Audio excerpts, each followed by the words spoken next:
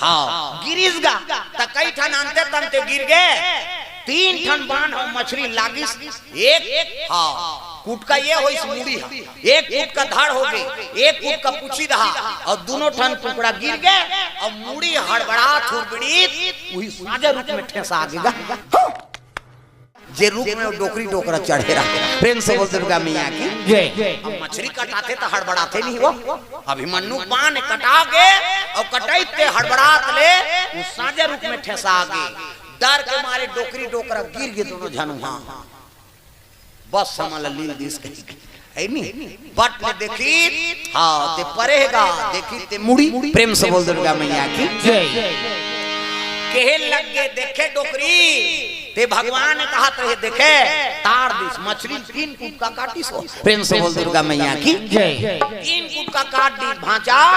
हाँ मोर तो ते न्योता कर दे तैसे लागा थे अब ये बेच के मैं यही का तेरा बान हो की सो कीमत के जा प्रेम से बोल दुर्गा मैया की जय। मामा हाँ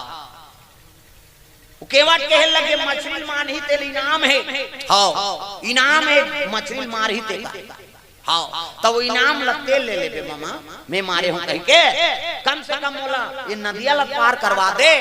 ताप डोकरी डोकरा हाँ बने डोंगा होकर बार और डोंगा बना कभी मन्नू ला पार करे लग गए है नहीं वो नदिया पार कर दींगा और राजा घर चल दी हाँ भंवरपुर के राजा कथे तुमन मारे हो कथे हो अब ये मैं मारे हूं और भांचा मारे हूं कहां है तोर भांचा कथे अपन घर चल दिस का मोला देल के 10,000 रुपया दी 2 ठन भैंसा जोड़ी ले दारी क्या बात है सर बाजार चल दी डोकरी 2 ठन टेरी काट के लुगरा ले दारे प्रेम से बोल दुर्गा मैया की जय। तागा माता मन सिंगार ज्यादा प्रिय रथ एक पेटी लुगरा है नहीं तब ले बोले वही चो ता तो गाना बने हैं मोरबा ले देते राजा जैसे नदी पार करी त नाग लोग जाए करता है दादा ऐनी अतल बीतल सुतल तलाब रसत पताल ओकर बाद नाग लोग प्रेम से बोल दुर्गा मैया की जय। त नाग लोक में शंकर जी चरण की पूजा होता मृत्यु लोक में लिंग पूजा और देव लोक में शिव जी के सिर के पूजा 3 लोग 14 भवन में समाये हैं एक से तेवला बड़ा देवता कथा क्या बात है सर क्या बात है सर प्रेम से बोल दुर्गा मैया की जय। तागा नाग लोग जाए बार अभिमन्यु शिव जी का आराधना करे लग गए भोलेनाथ तोर कृपा से वो हीरा कली सोना कली और चांदी कली ये मोला प्राप्त हो जाए तोरे आशीर्वाद है कही के शिव जी आराधना करके चले लग गए तब भोला ला पूछे पार्वती हो भोला ला पूछे पार्वती सुंदर शिव जी का आराधना करी अब अभिमन्यु नाग लोग प्रवेश करे लग गए प्रेम से बोल दुर्गा मैया की जय। तो सांपे सांप के लोग इति देखना सांप निकले हंतिल देखता बड़े बड़े सांप नाग लोग में सब सांपे सांप तो तब कैसे करा अब हीरा कली सोना कली चांदी कली में चिन्हे नहीं हो अब जानू तब कैसे जानू देख बड़े जान सरोवर के तीर में विशाल बरगद के रुख रहा अब बर के रुख में चक गेगा अभिमन्यु इंचे रात भी तो काबा जमीन में रहूं सांप के लोग के ददा एको ठाम चाप चुबा दी गड़बड़ हो जाए वो बर रुख में चक गए और रात भर ऊंचे समय काट दी हो तो बिहनिया पहाड़ के जत्ता नागिन कन्या है तेमन सब करिया में स्नान करेल पहुंचा थे पहाड़ के बेरा कार्तिक स्नान प्रेम से बोल दुर्गा मैया की जय। कार्तिक स्नान करबे नहीं अब बड़ महत्व है 1 महीना स्नान अब तो कहां 5 दिन नहीं नहाए आदमी कई जन जाबे करी तब का गोड़ हाथ लग होता है नहा बूढ़े हूं बहिनी कहा था वो बूढ़े उड़े नहीं है छूता आगे प्रेम से बोल दुर्गा मैया की जय। हम नान नार रहते कार्तिक नहान 3 बजे नींद खुल जाए दौड़ जान चलो कार्तिक नहाए बार उधर डोकरी ढाकरी में झलोक नहाएगा गोदरी कथरी लोड़ के जाए बिचारी आई जिया था के नहा ले थन दई और लइका मला का ठंडा पल्ला एक घाट दौड़न के गरम जाए ठंडा के दिन में नदी पानी गरम रहते कोहरा उड़ात रहते जतरंग ले बुरा नौ निकलान है नहीं। अब आरती करा शंकर जी रीति के शंकर जी बनाना आरती करो हर हरि की करो नटवर की भोले शंकर की आरती करो शंकर की महादेव जय जय शिव शंकर हे गंगाधर हे डमरूधर लीला से नटवर की आरती करो शंकर की आरती करो हर हर की करो नटवर की भोले शंकर की आरती करो शंकर की। ऐसे कई खमन कर उहर डोकरी मन बुड़ेगा और डोकरी मन काला हर हर वर हर आलती जानी वो मन अपन सुन के शुरू करे डोकरी दई मन तुलसी के चावरा में साली कराम का खबे हो साली कराम कहीं को आके चमकाए हमन कहन आधल काबर चपक दे तो दही कते दांत उठा बैठ जाते बेटा ठंडा लागते कैसे करे फिर गांठ डोकरी में तुलसी के चावरा में साली कराम का खबी हो साली कराम कहीं को आके निपटाए अब्बर दे लेती है डोकरी में। प्रेम से बोल दुर्गा मैया की जय। पहली कहां के कपड़ा लगता वो गोदरी कथरी खटिया डोरी तागा है नहीं ये 35 जिलेवा परा थावे जाड़ नाकसन सनावा थे दांत की नावा थे ना डुबुक डुबुक डबका थे चाहा के पानी अतेक बाटू नहीं पूरे उडार दे पानी सकना तू दिखे लाल लाल पानी मोटर भसका थे फूट का चानी लरम लरम खटिया और गरम गरम गोरसी ऐसने में कौन जाई किरवई और गोरसी तरीदार गोरसी लगाए पहली हाउ और दोलगा खटिया और गोदरी कथरी नामा रखे थे गोदरी और जे चिथरी चिथरी हो जा रहे थे कथरी तागा और दोलगा खटिया और तरीदार गोरसी लसला सलस सलस करा थे रात भर सुतेरा एती कलत बेत बीचेच में आवे एती पलट बेत बीचेच में आवे वो बाउंड्री से बाहर नहीं हो सकते और दोलगा खटिया में काला बाउंड्री बाहर हो कैसे हैं और सोफा सेट में कई जन तुंडा तुंडा गिर जाते ये दे एक कई घाव पाटल गिरे तो अपन घर में से पट्टी लगवा है मुंडन झंडन। प्रेम से बोल दुर्गा मैया की जय। ता हो औ सुता था ने काबर ऐसे सूत गए नहीं तो हमने को जन नहीं सकन सुतेल काबर तो पूरा फायर ब्रिगेड असन बात थे। प्रेम से बोल दुर्गा मैया की जय। तकाली उबड़े सुतेरी सही हां हमन नींद के परत में उबड़ी सूत तान भले ऐसे हो जावे कहे। प्रेम से बोल दुर्गा मैया की जय। पहली अब्बर हां कीमती रही जगह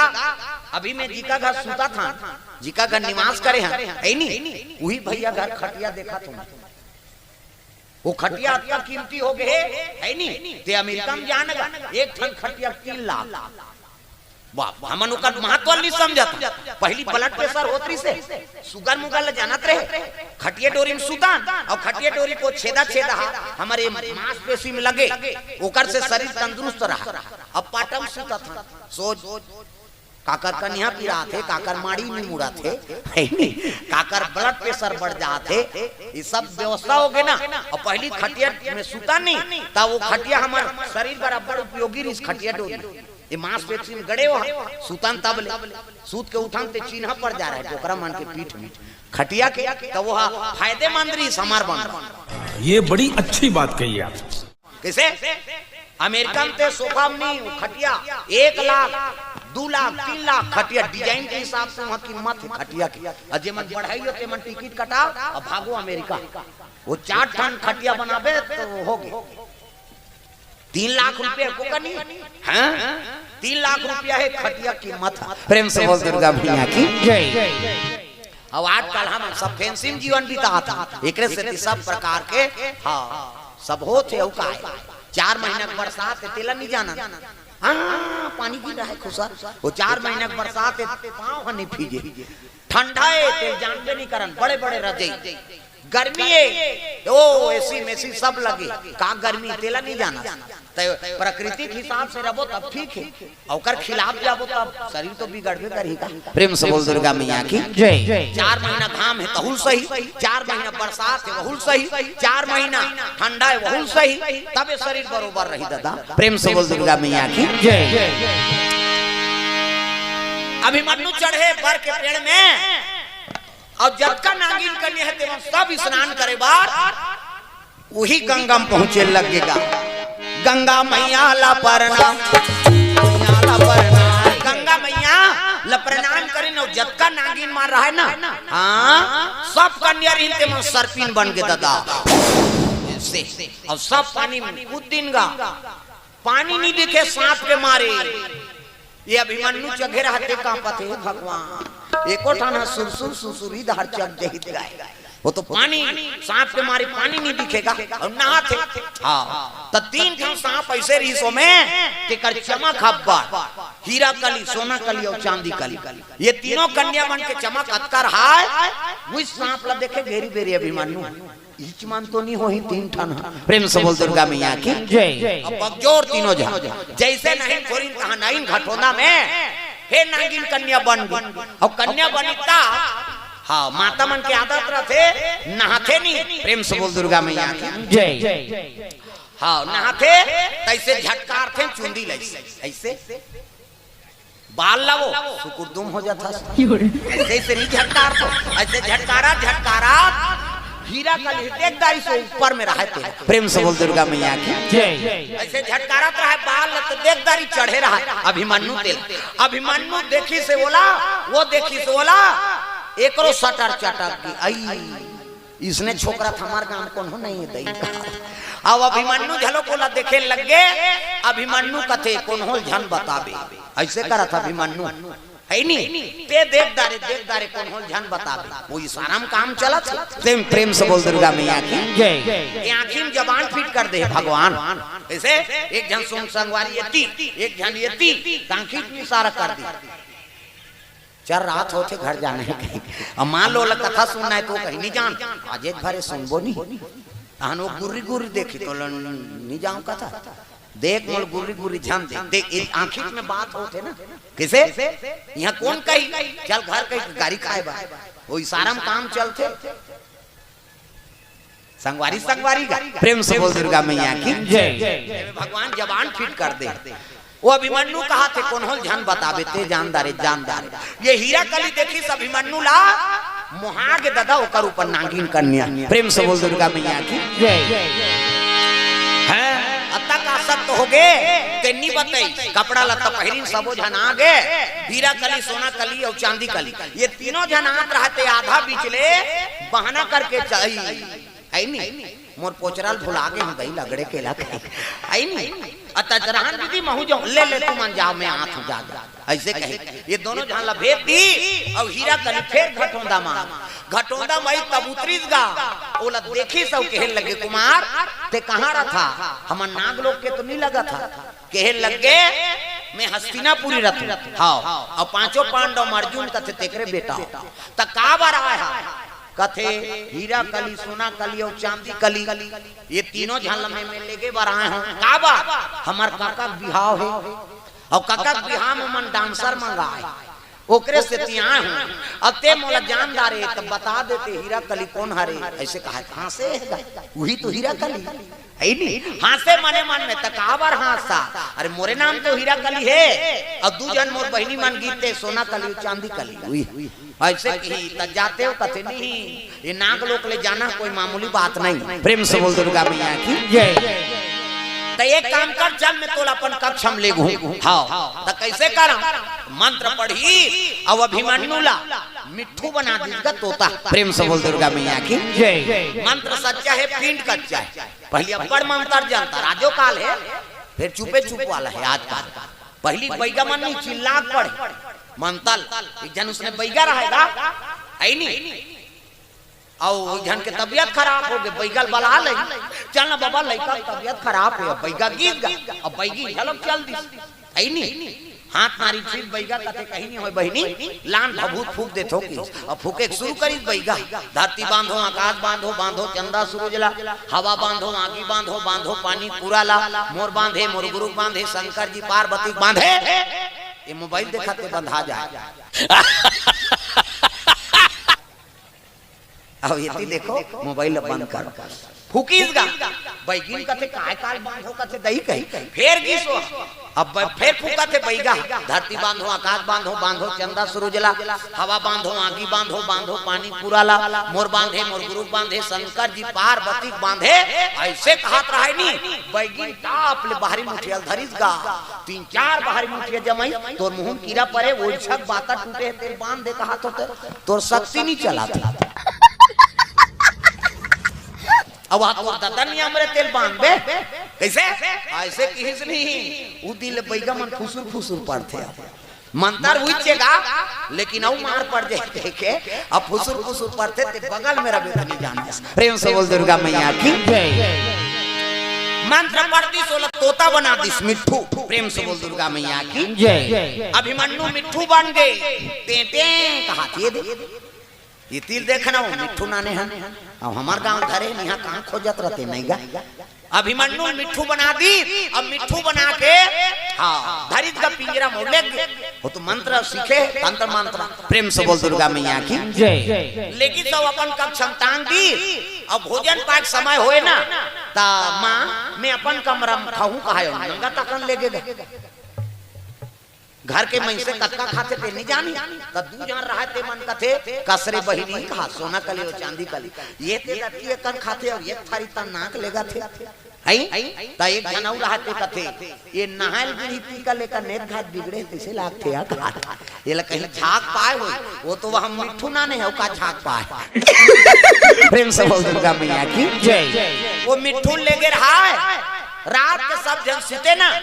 तब फिर वो मंत्र अभिमंत्रित करे और छोकरा बनाएगा और छोकरा बनाए हाँ बोला भोजन कराए कहे लगे कब जाऊं मोला इसने तुम मिट्ठू बना कर आग दे रहो कैसे बने ये तो कर ऊपर मुहा रहा वो नीचे रहा के मरत रहा कन्या है नहीं एक दिन फुसुर फुसुर गोठियात रहा तेल हीरा कली और सोना कली सुंदरी कान लगा देखी हाँ कैसे कपाट के सेन वाले इससे देखेंगा ते आगुन छोकरा रहा पर सुंदर यहाँ छोकरा बैठे दई प्रेम से बोल दुर्गा मैया की जय तागा एकरे से ये तन्नाक भात ला नाम थे बहिनी कैसे और दिन भर सूते और रात भर जागते यारी समझ गई प्रेम से बोल दुर्गा मैया की जय अच्छा नया कन्होदार घूमेल जाबो कहीं नहीं जा काबा ये तो छोकरा हावे यहाँ हाँ उसने देखा रहा ओकर दैल बता दी का भूरी नागिन प्रेम से बोल दुर्गा मैया की जय माँ दीदी कक्ष में एक जन छोकरा है हाँ यहू देखी ते का क्रोध बढ़ गया रे दुष्टीन हाँ ते कौन पुरुष अपन कक्ष में राखे है नहीं अरे पुरुष यहाँ जिंदा नहीं जा सके कहीं के रात के गोठियात 2-4 दिन हो गए रहेगा भात लखाइन रात भर गोठिया दोनों झंडन के गोठियात पाट ले नींद हपार गए ओला मिट्ठू बनाए बर भुला प्रेम से बोल दुर्गा मैया की जय इति हीरा कली सुते है इति अभिमन्यु सुते है आधा रात के भूरी नागी सांप बन के ऊंचे प्रवेश करी दादा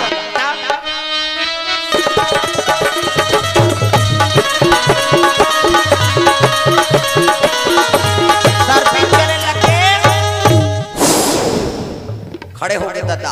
सांप क्रोध होते नहीं तो डुहरा थे ऐसे छतरा चाप दी जहान नहीं लगी वो डुहरा ही हाँ और डुहरा ही चाप ही ऐठ देते ऐठी का जहार हजा थे प्रेम से बोल दुर्गा मैया की जय तागा अब क्रोध बढ़ गए वैसे जगल चाप दी सोकार नस्ल पकड़ दी दादा ऐठ दी